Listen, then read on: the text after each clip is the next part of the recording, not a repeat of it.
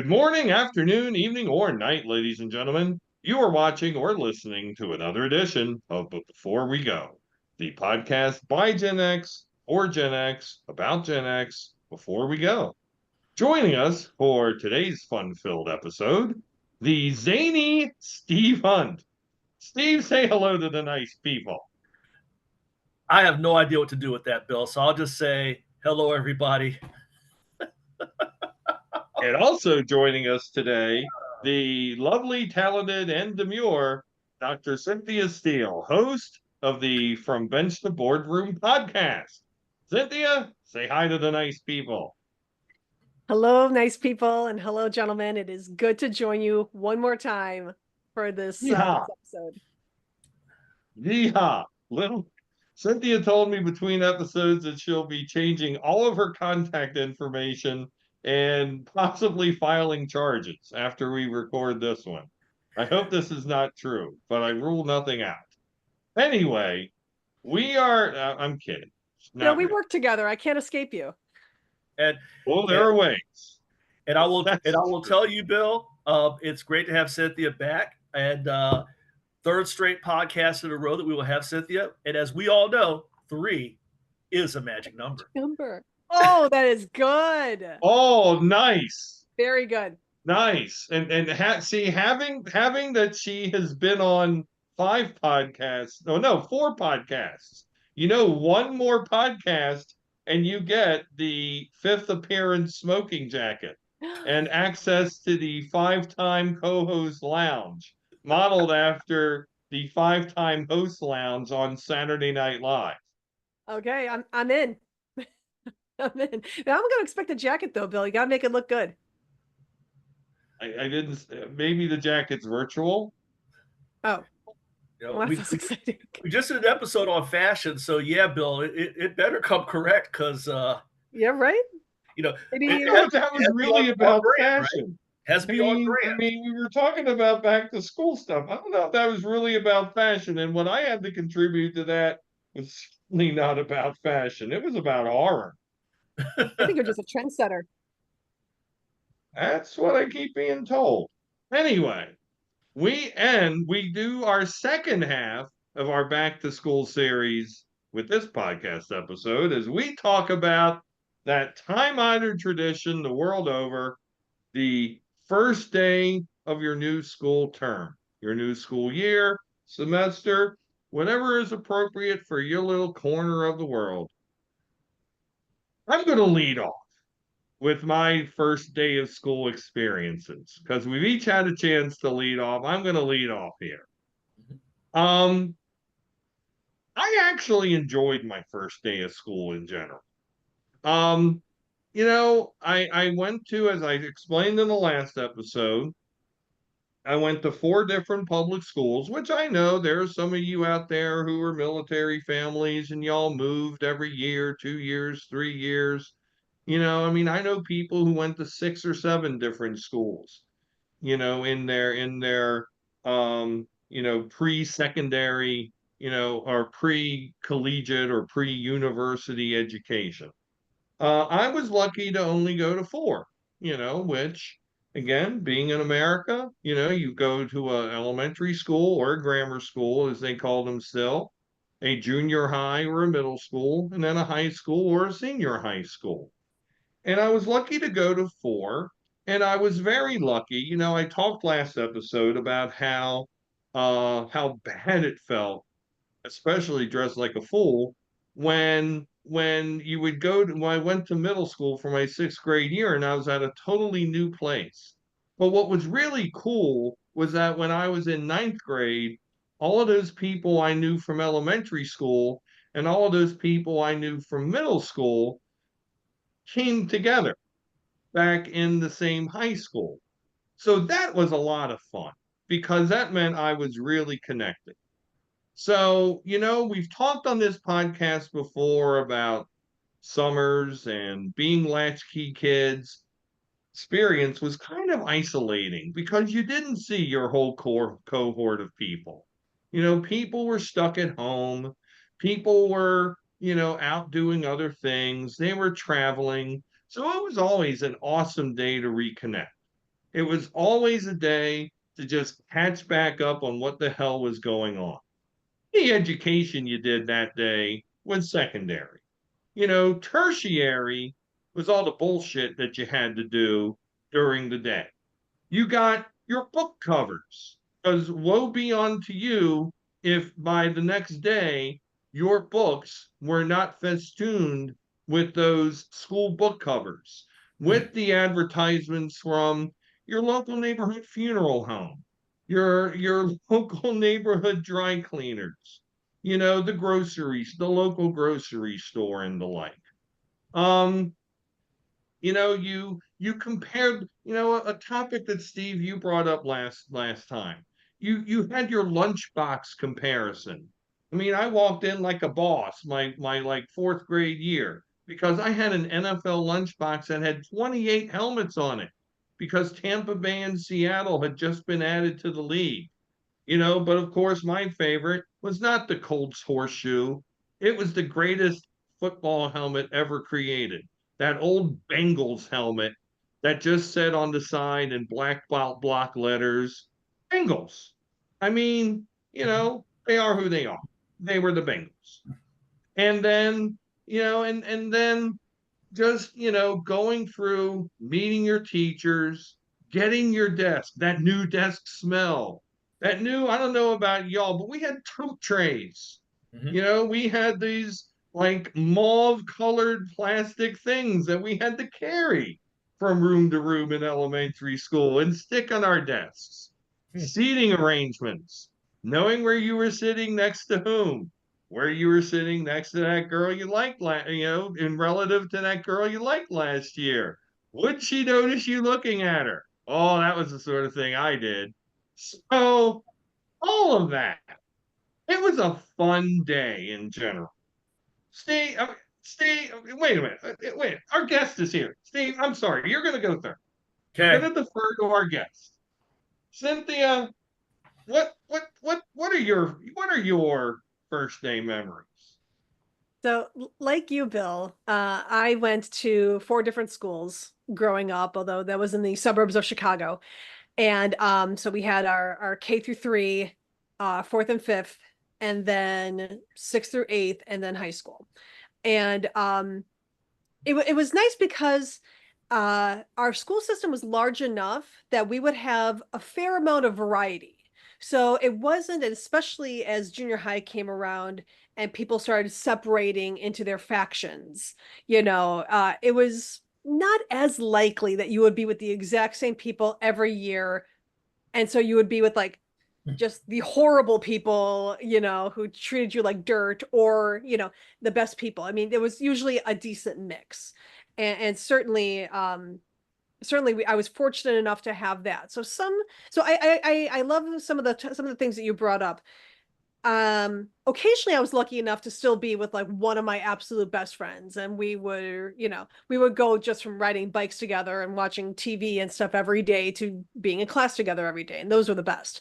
But I agree, Bill, it was fun to catch up with the people that maybe you didn't stay in touch with for those 3 months, but now you got to talk about summer vacation.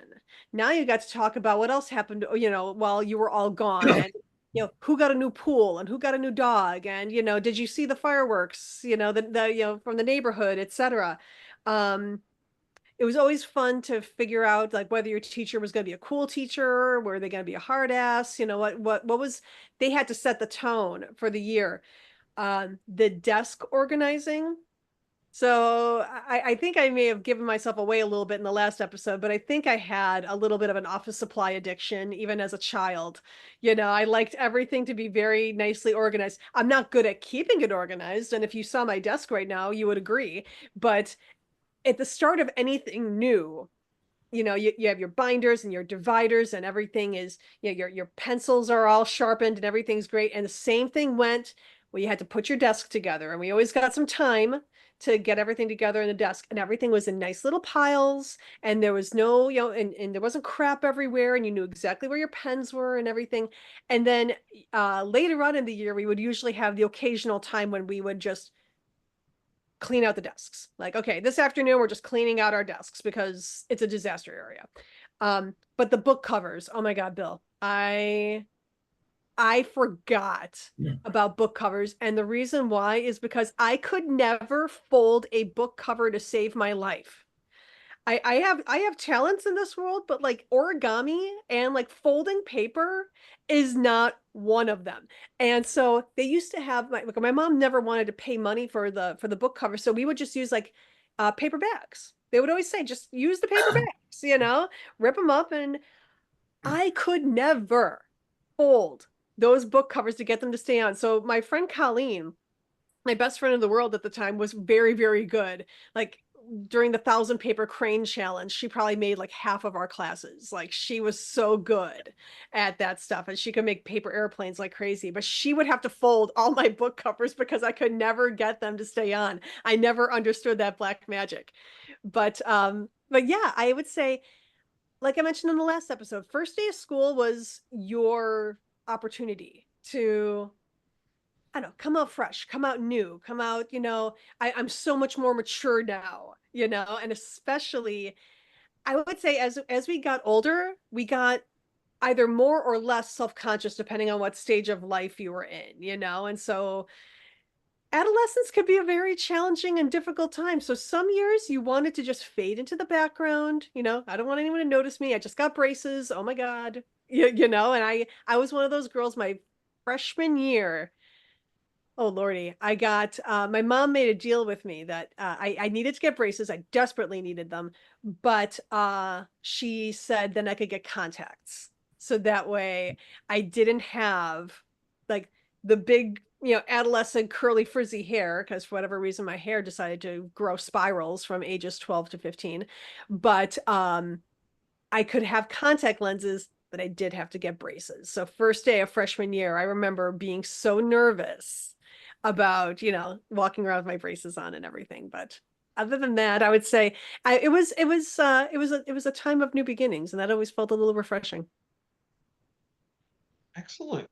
Steve.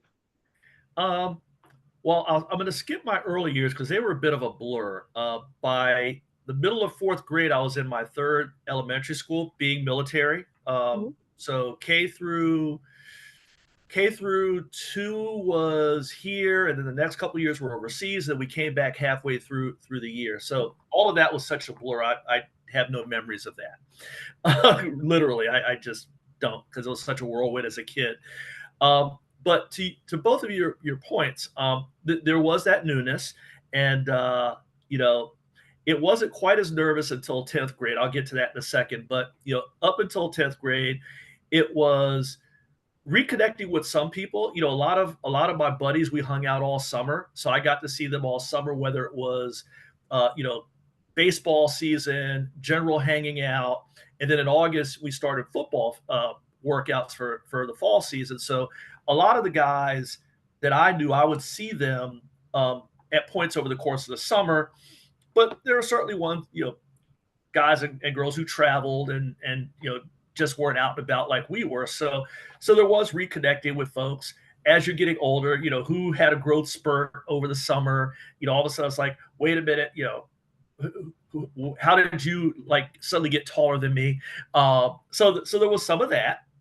There was also, and Cynthia mentioned this, I believe, in the last episode about what classes did you have? Mhm. Now, I'm the youngest of four boys, and my next oldest brother was one grade ahead of me.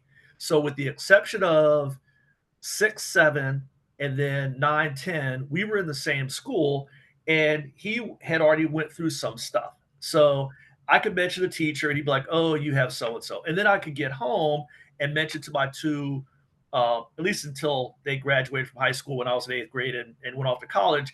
"Oh, you have so and so. I remember this person." You'd Mhm. also have teachers who remember your brothers, which that was the nervous one, because I remember there was a science teacher who was desperate for me to get in her class because she had my brother who pretty much was a certified genius.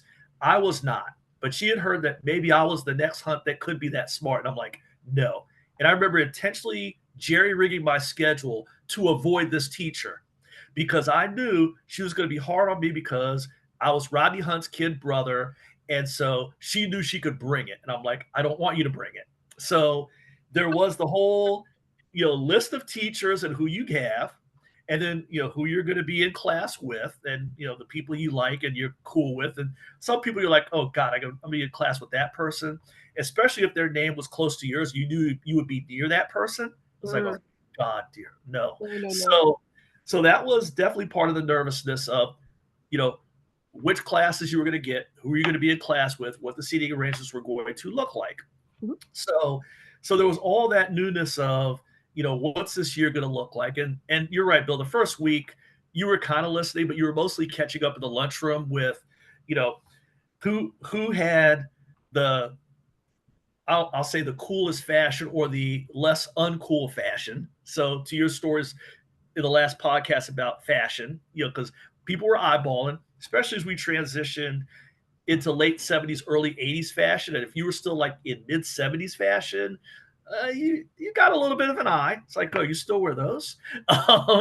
So there were those stories. My big one, though, that I would get into was 10th grade. So unlike Cynthia, who, you talked about the variety you got as a kid in the schools, we really didn't, because, we have our elementary school. Our middle school was a combination of two elementary schools, but the elementary school was in the neighborhood next to mine. So we knew those kids. We grew up together. We played sports together. In middle school, we played sports together, back when they had those. Our high school was a combination of two middle schools who were bitter rivals. And they were the rich kids. Because if you took the highway in this part of South Prince George's County, those aside by Fort Washington on the water, those were where the rich kids lived. I was on the other side, which was your garden variety middle class set of families.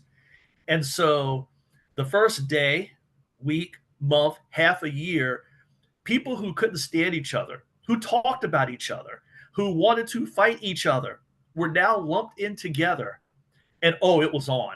It was like, oh God, I hope I'm not in class with this Burroughs kid who I've been beating the crap out of in football for the last 3 years. Or, oh God, I don't want to be with that Burroughs kid who I know is a total jerk because I saw him on the baseball field acting like he was God's gift to baseball. Oh my, yeah. So 10th grade was my most vivid first day memory, because it was, oh God, we now have to deal with those Burroughs kids. And we wanted no part of them, and they wanted no part of us. So that was the newness that I probably remember most vividly, was being lumped in with your arch rivals and now having to sit next to them and deal with them. So those were my memories. Steve, you hit upon something that I know, Cynthia, you've had because you have a sibling, but I've never had this experience. I was a one and only. So, I mean, you were one of four. You were the youngest of four. I mean, on a continuum of greatest thing ever to hell on earth, rate your experience being your brother's youngest sibling going all the way through school. It depended on what you were talking about, because I was 5'4" all the way through my 10th grade year. Well, I was shorter than that, but I peaked at like 5'4" in junior high. And I had my growth spurt between 10th and 11th grade and got effectively to my current height. So I was a little guy. So the good about it was my oldest brother was a 3-star athlete. My next oldest brother was a 2-star athlete. And my one above me was a musician, but he was not a small kid. So being the youngest of the Hunt brothers, nobody messed with you. In fact, during my 5th grade year, we got some new kids bust in from another school closer to DC. And 2 of the kids decided they were going to mess with me because I was a little guy. They needed somebody to pick on, and it was me. Actually, no, I'm sorry, it was 6th grade. And so our elementary school is right next to the junior high. And so I came home and I'm crying and not telling anybody what's going on. Finally, I tell my dad. He tells my brother, who's in 7th grade at the junior high. The lunch hours merged in such a way, and there was a gap in the fence between the elementary school and the junior high. My brother walked over to the elementary school. He walked up to these 2 kids, and he clocked one, stared down the other one, and I was good for the rest of that year and beyond. And actually, one of the kids who picked on me eventually moved to our area and we were best friends through high school. I still talk to him on Facebook. He probably does not remember any of this conveniently, but that was the good of being the youngest of the Hunt brothers. Is very few people messed with you because they knew that they were the older Hunt brothers. The bad was the expectations that came from being the youngest of the Hunt brothers, because I was never the great athlete that Kevin was. I was never the genius that Rodney was. I was never the artist, musician, actor that Maurice was. I was just a garden variety kid, you know, of no special talent that anybody would say, okay, Steve does X. I just did my thing okay, and I excelled at nothing.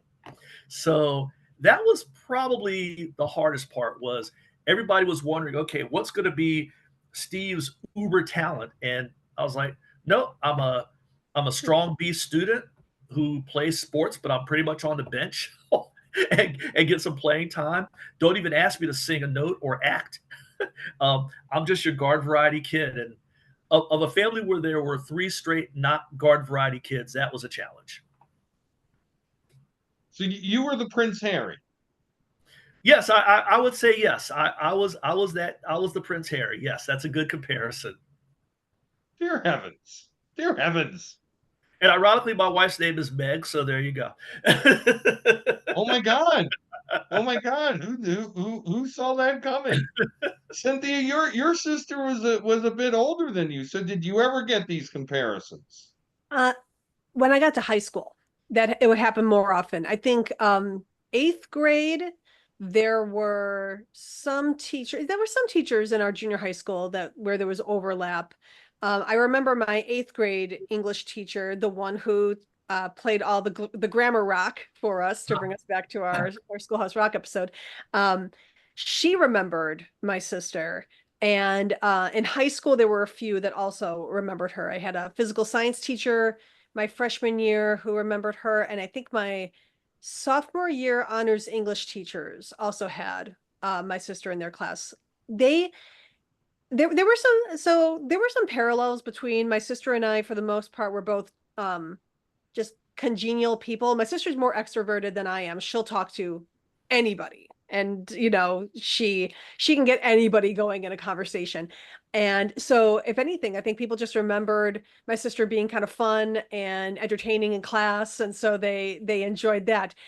The comparisons that were made, and I might give the listeners a treat and slip into my impression of my father's accent for a minute here. But again, as I've emphasized, my parents are both from Croatia, and if you talk to my sister, you'll learn that within the first 30 seconds. That's like basically how she introduces herself. And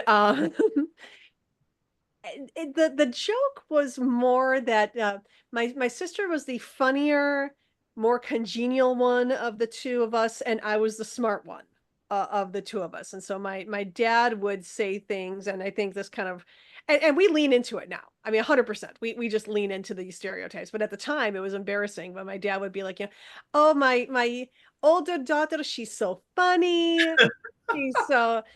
She's so nice. She making me laugh. My younger daughter, she's so smart. She's so smart. Oh my God, she's so smart. She play her music. But my older daughter, very nice. Something like that. Oh, that's awesome. And so the comparisons weren't bad. It was not bad to be the younger sister of the really nice one. And especially in English, my sister really excelled in all of that. And in fact, when I was in 8th grade, she was doing the Shakespeare unit. She was doing a Shakespeare unit, I think, or taking a Shakespeare class in college. So by the time I got to high school and I was in that honors English class with the teachers who remembered my sister, I already knew Hamlet backwards and forwards because we watched that Mel Gibson version so many times for her class that they were kind of blown away, like, wow, you're just as good at this as she was. And I was like, oh yeah, because she essentially brought me into the fold with a lot of those things. But as far as first day of school was concerned, it was a nice little icebreaker sometimes to try to introduce myself as, Tina's younger sister. And occasionally people would say, oh, I remember her. And, but usually I didn't need too much help in that front. So thank you both for sharing some remembrances And doggone it, for the second time in 3 episodes, or maybe 3 out of 3, I had a different experience than both of you guys. You both talked about just things that you were just like, shit, I'm gonna dread this. I'm gonna dread sitting next to this asshole. Ugh. Damn it, I have to fold up those book covers. And I hated folding the book covers too. Some years I would just ditch it and I'd hillbilly it by just wrapping the bags or just regular brown paper around them. And instead of folding it up, just taping the damn brown paper to the inside of the covers. You Because who cheated. knew? It was covered, right? Until I would actually have teachers inspect my book cover. Oh And, no. and they would tell that the thing was not folded. And they'd be like, take that home and do it over. Oh Why do I no. have to do it over? It's covered. The inside of the book cover was never going to be protected anyway. It didn't make sense. But I mean, there were some of those horrific things. And I can remember one class in high school where when I walked into it, and it was not the teacher who we thought was going to be the teacher. This was advanced placement physics in 12th grade, and we all thought it was going to be our wonderful physics teacher, Mr. Lewis, who was going to teach it. But instead, he wound up on a long-term leave. And then when he came back, he didn't teach our class, but it was our calculus teacher, Mr. Schmidt, who we would wind up having for 2 classes, all of us eggheads. We were like, what the hell is going on? And that lasted about a quarter and a half. Well, yours truly made a speech about how frustrated he was in the class and how it was, and this was a direct quote, we put the most work into and put the least out of. And then every other kid in the class was kind of like, me too. But my fondest memory also came in 12th grade in AP European history because that was an awesome class. Why? Because we had a teacher in his first year at our high school. I think it was only his third year teaching. And there were, oh my God, there were 5 of us in the class.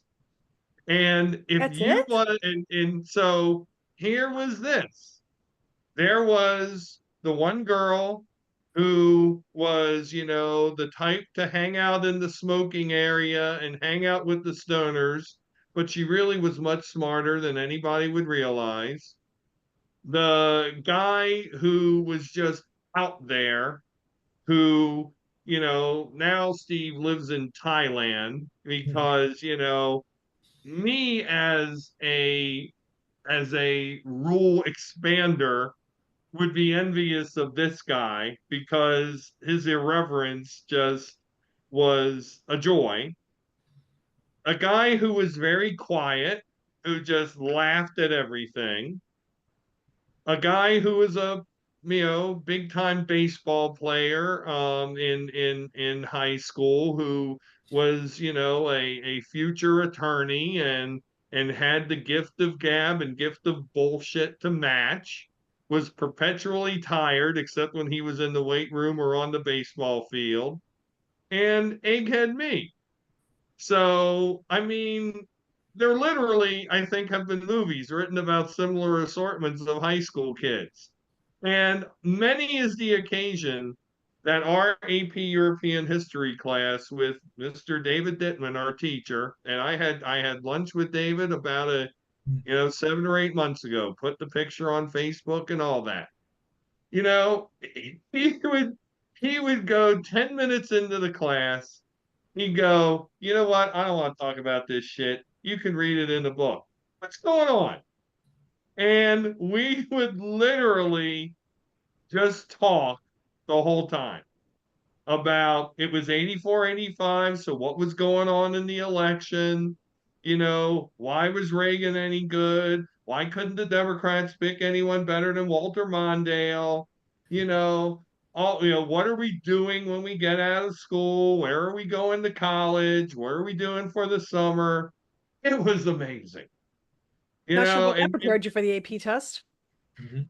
um, I actually got credit. So, Nice.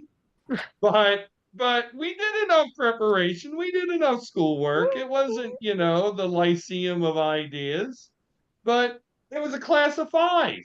So I mean, we just rolled. We rolled through the material and had plenty of time left over. So I want to ask you guys a question because it sounds like both of you played sports in high school. I did not play sports in high school. Oh, okay. Okay. I guess I played club sports. I never played sports for the high school. I I played see. sports in junior high, played club sports through maybe 10th grade. And then I realized at 5'4", I really wasn't going to do much more than that. So hit the books and hit them hard so I could go to college There you go. that way. So, yeah. 'Cause I was an asthmatic kid growing up, so unfortunately summers usually involved me staying indoors because outside was where ragweed and mold and all the other fun things that I was always allergic to were. So basically where I'm going with this is the first day of school for athletes was different from the Yes. first day of school for the rest of us because you guys had training camp and all kinds of, like you had to start hitting the weight room a few weeks ahead of time, right? you Oh know yeah. and so the first day of school you already had a certain sense of camaraderie and you already were with your peers from the team versus the rest of us who first day of school was literally the first day of school. It's your first exposure to just about anybody. And Steve, I want to go back to something that you said with the combination of schools, because unlike for us, we had two elementary schools, two junior high schools, and then they went into one high school. And it wasn't necessarily that we were bitter rivals. It was just that, just two different parts of the neighborhood, and I guess they were similar enough. Mhm. For me as a 14-year-old freshman girl with braces but with contacts, so at least there was that. For me the most exciting part was high school boys. And I remember my AP US history teacher that I took freshman year um, got a chance to sit down with my mother for parent teacher conferences, and he said, I don't know where she goes during class, but you can tell Cindy's head is just up in the clouds somewhere. She is not paying attention to a word I am saying. And I think it was because all of a sudden, Yeah. you got a bunch of adolescents all together and people you've maybe never even seen before in your life, and you're like, Mhm. "Oh, all right, we got a fresh pot going here. That's pretty exciting." Where that changed for me though, I think was when I joined the marching band my junior year. And not only was I in the marching band, I was in the color guard Ah, because okay. I played an instrument, but it was a string instrument. Mhm. And I sang in the choir junior and senior year, but I got to join the color guard junior year. And so I got to go to school a couple weeks ahead of time like Mhm. everybody else. And so there was my chance to get a little bit more of that camaraderie and talk to some of those band guys and talk to some of the other people and like build those relationships before school even started. Because when you're in camp, if you're not playing, all you're doing is talking to each other and getting to know each other. So that made the transition, I think, from summer to school just a little bit smoother. Yeah, well, for me, growing up playing sports was a big help Yeah. because, again, and I won't say Burroughs was our only rival. We had other junior highs that we were rivals with, but we all, to your point, Cynthia, we were all kind of the same. We were on the same side of the main highway. So whether you're talking Yeah. about Oxford Hill or Gwen Park, we were rivals in that we wanted to kick each other's butts athletically or musically or whatever the competition was. Yeah. Whereas Burroughs, because of that neighborhood and where they lived, there was a cultural difference as well. Like I said, it was middle class versus upper middle, upper class. So there was the personality aspect beyond that. The thing that helped me was growing up playing sports with all the LBJ kids. I never was a jock as far as within the school, but I knew them all. So, Yeah. you know, go out in the hall and say, "Hey, Steve, what's up? What's up?" You know, so I didn't have It helps. that piece. So then to your point about camp, the LBJ kids, the Burroughs kids, the soccer and football guys, they got lumped together right away in camp. So they had to work it out.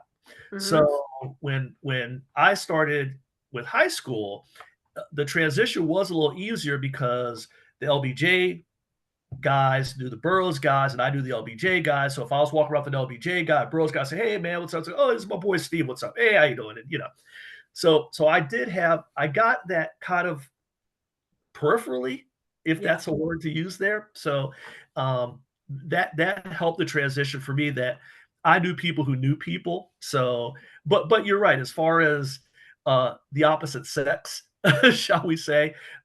That's where the lunchroom came in play. You know, Mm. you sat with the people you knew, and maybe an occasional person you didn't know who knew a person you knew would come to the table, and it's like, oh, who's that over there? Oh, that's so and so. She's this and this. And yeah. So yeah, the lunchroom was where that part with the adolescents started kicking in as people are walking around with their trays or their boxes or whatever, and you're like, huh, hey, you know her? Yeah, man. You know, yeah, absolutely. The lunchroom was like Thunderdome when it came.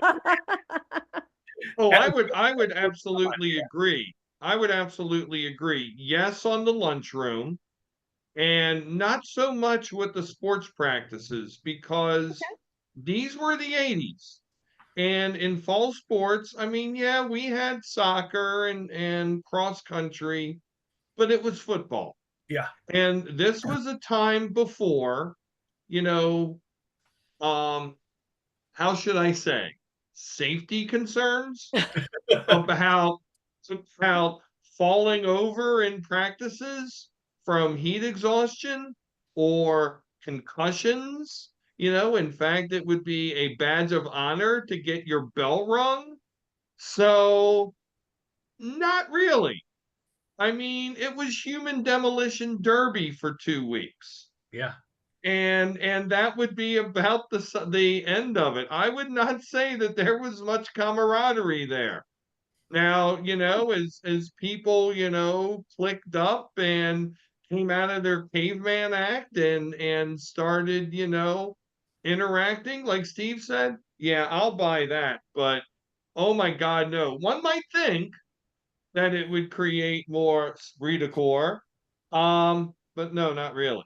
Hmm. So it wasn't like remember the Titans where you have this moment where everybody comes together and you're like one team, one fight. There's no left side, You strong side. know, I don't know if you think, you know, Booby Harris was coming in through that door and Billy Bob Thornton was going to be the head coach.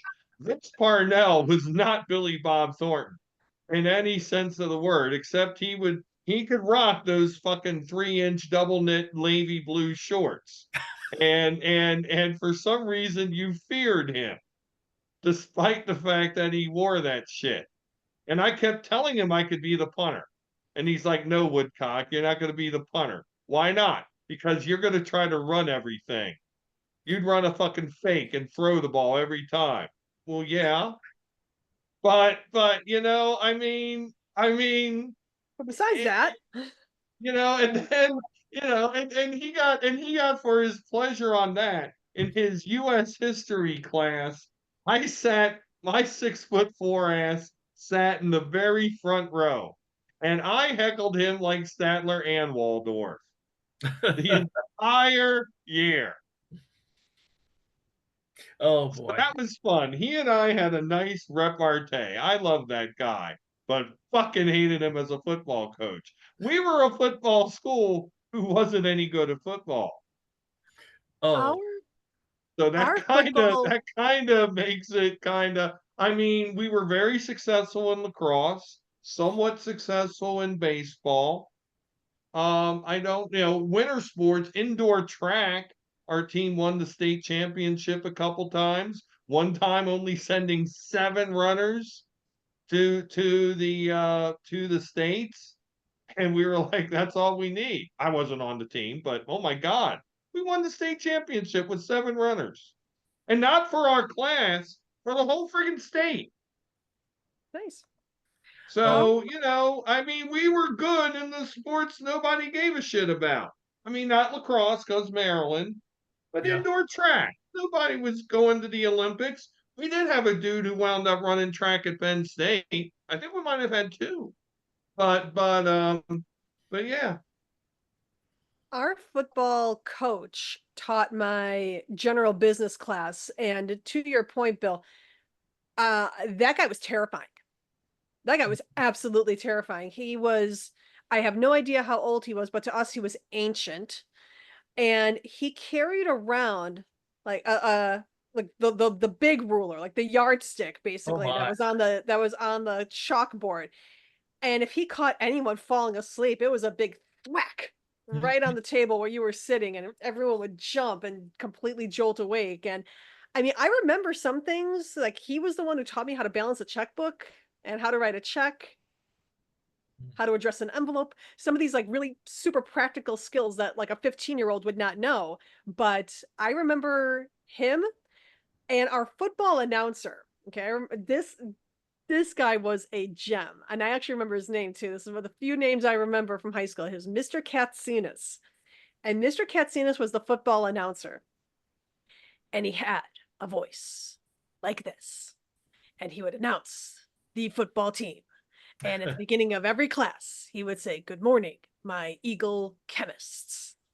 And I remember just being so wholly entertained by chemistry only because he was the teacher. And I'm sure we could have an entire episode about the teachers that maybe weren't necessarily the best fit for what they were teaching. I mean, he was pretty good at explaining chemistry.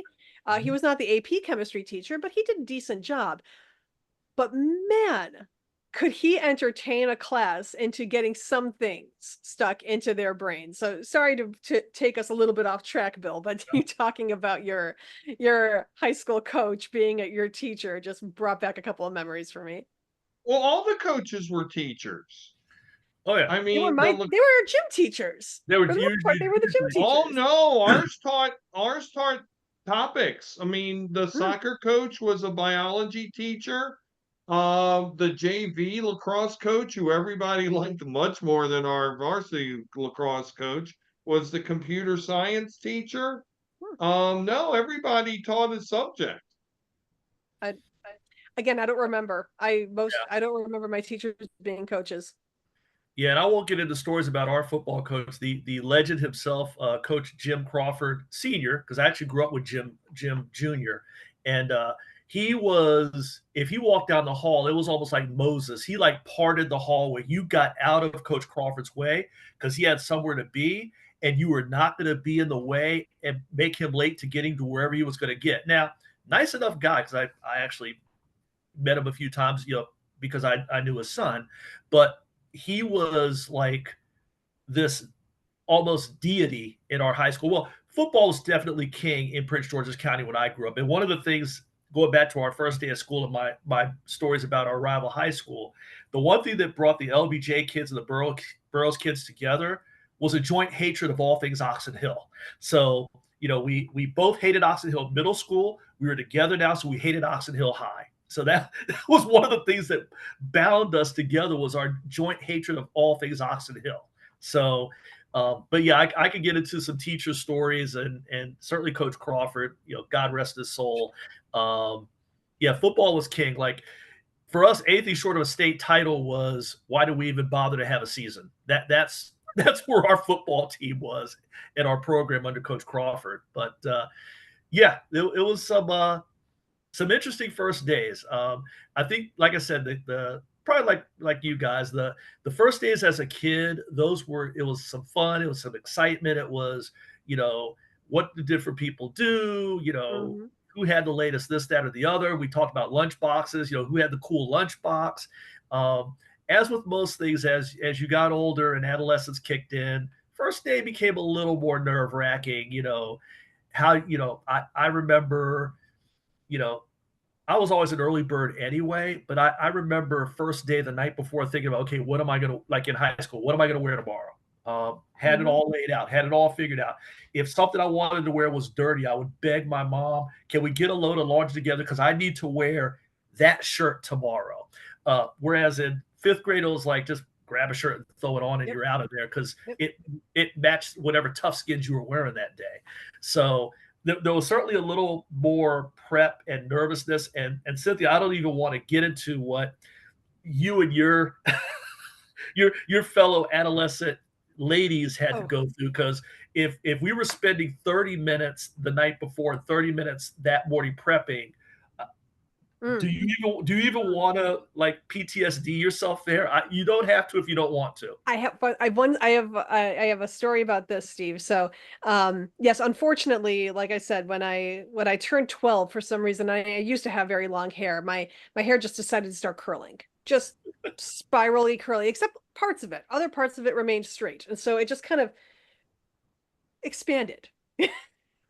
So that was when, and thankfully, again, I had an older sister who would say, okay, the curling iron's already hot, sit down, let's fix this a little bit. Let's try to tame this a little bit. Otherwise, there was just a lot of ponytails involved. The one thing that I will say, though, so again, in junior high, I will tell anybody, was sixth and seventh grade was horrible. I mean, it was just, it's hard being, as you gentlemen may know, it's hard being the nerdy kid in a time when that is not exactly, respected. And so those were some tough years, but I would say the thing that I really wanted the most, sixth and seventh grade, was just to blend in, like I don't want to stand out. High school, I was eager to, I was ready to come out of my shell a little bit, but when I was like 11 or 12, forget it. And so every night I lay out my clothes for the next day, to your point, Steve, and just jeans and a t-shirt or jeans and a sweatshirt or something just very like nondescript. But my sister worked at back then it was called Limited Express. Now it's just Express. And so she would get a discount. And so she would bring home all of the latest fashions and styles and these like like stirrup pants. Early 90s, everyone wore like the funky printed stirrup pants with like a big blousey shirt and stuff. And so I would, sometimes she would wake me up in the middle of the night because she would sneak into my room, see what I laid out, change it for me, and then leave. So some days I'd be like, no, don't. And she's like, no, this is way cooler. This is way cooler. So my mom thought this was great. Like, oh, she's gonna stand out and she's gonna have the latest fashions and this is gonna be so great. And it was a nightmare because I didn't want that. I just wanted to blend in and, be the nerdy kid with glasses and a gap in my teeth carrying my viola case into school. I didn't want anyone to notice me. But in high school, though, that was very handy. And in fact, in high school, she and I started borrowing each other's clothes. And so she would sneak into my room, and at that point she'd be trying to steal some of my stuff, and I'd be like, get out, that's mine, I'm wearing that tomorrow. But junior high, whew. Guys, we have certainly opened up other cans of worms for other podcast episodes to come, but we are well over time. So It's just so much fun talking to you anybody want to guys. send off the good folks in viewer and listener land with any final thoughts? Well, as we get into high school, we talked about that, and I hope that we made it clear to the folks watching and listening that it was no Ridgemont High, nor was it anything out of a John Hughes movie. So, all that stuff you guys may watch on whatever channel you watch the old movies on. I guess they're considered old movies now. Oh my God. That wasn't us. So, I hope you got a reality check on what it was really like growing up during those times. And I would say, the thing that I like about today's school, people just do what they do. My son and my daughter were totally different. I drop my son off at high school. These kids are walking around in like their pajamas, man. It is, they have it so much easier than we did. It's like, I don't even think they prep. They just throw some stuff on and roll out. My son's wardrobe is shorts and a t-shirt in the summer or fall or spring, and a t-shirt and sweatpants in the wintertime. So They certainly are not going through it like we were. Certainly not from what I've observed, and that might actually be a good thing because, Mm-hmm. as y'all can tell, our stress level, depending on the year, got pretty intense. So enjoy it. Cynthia? Counterpoint, I will tell anyone who's listening that maybe are considerably younger than us then that there was a time before social media when the first day of school meant that you caught up on 3 months of each other's lives in a few hours as best you could, or in that first week as best you could. And there was something really, I think, unique and novel about that compared to now. And certainly any girl growing up right now has my deepest sympathies because again, as the adolescent who just desperately wanted to blend in as much as she could, uh if social media existed at that time, I think it would have been incredibly difficult for me because it would have been, and social media now with my podcast is incredibly awkward and difficult for me. It's I don't it doesn't come naturally to me. And so I think if I was trying to blend in a time of social media, I mean, anyone who's growing up right now has my deepest sympathies. So I think the first day of school is different now, and in some ways, sure, maybe they have it easier now, but I think in some ways we had it easier back then. Maybe the take home message is you're always going to feel awkward regardless of what era you're growing up in. Being that age and being a teenager is always going to be awkward. Yeah. I love the point Me, I'm about just looking I love the point forward. about Steve, reconnecting, by enough the way. already. I just What? want to say I like a point. I love Cynthia's point about reconnecting, as opposed to social media where you are constantly connected. I think there is something about that they're missing out on. Yeah. That's all. Yeah, Bill, let Thank him you. compliment me. Jeez. You're Thank you, Steve. welcome, Cynthia. Oh, Bill, go ahead, please. Oh yes, our host. Oh, well, thank you. Thank you both. Mr. 10-minute monologue. That was 30 seconds. Not before it wasn't. Well, okay, fine. So, anyway, we all had different experiences. What can I say that hasn't been said already? I could have just went and got a sandwich. And next time I will. So, I'm looking forward to future episodes where we relive our wonderful school experiences. And my God, my stories of the days I spent inside a refrigerator box are sure to delight you. If you liked, if you liked Midnight Express, in which John Voight is tortured inside a Turkish prison, you'll like the stories of the days Bill spent inside a refrigerator box. And with What? that, thank you, Cynthia, for being on the podcast again. Do come back. Awesome, yeah. Steve, I don't know Anytime. what I'm thanking you for right now, but I'm also just gonna say thank you. So for Cynthia and Steve, I'm Bill. Be sure to join us next time for another rousing edition of But Before We Go. Bye, everybody.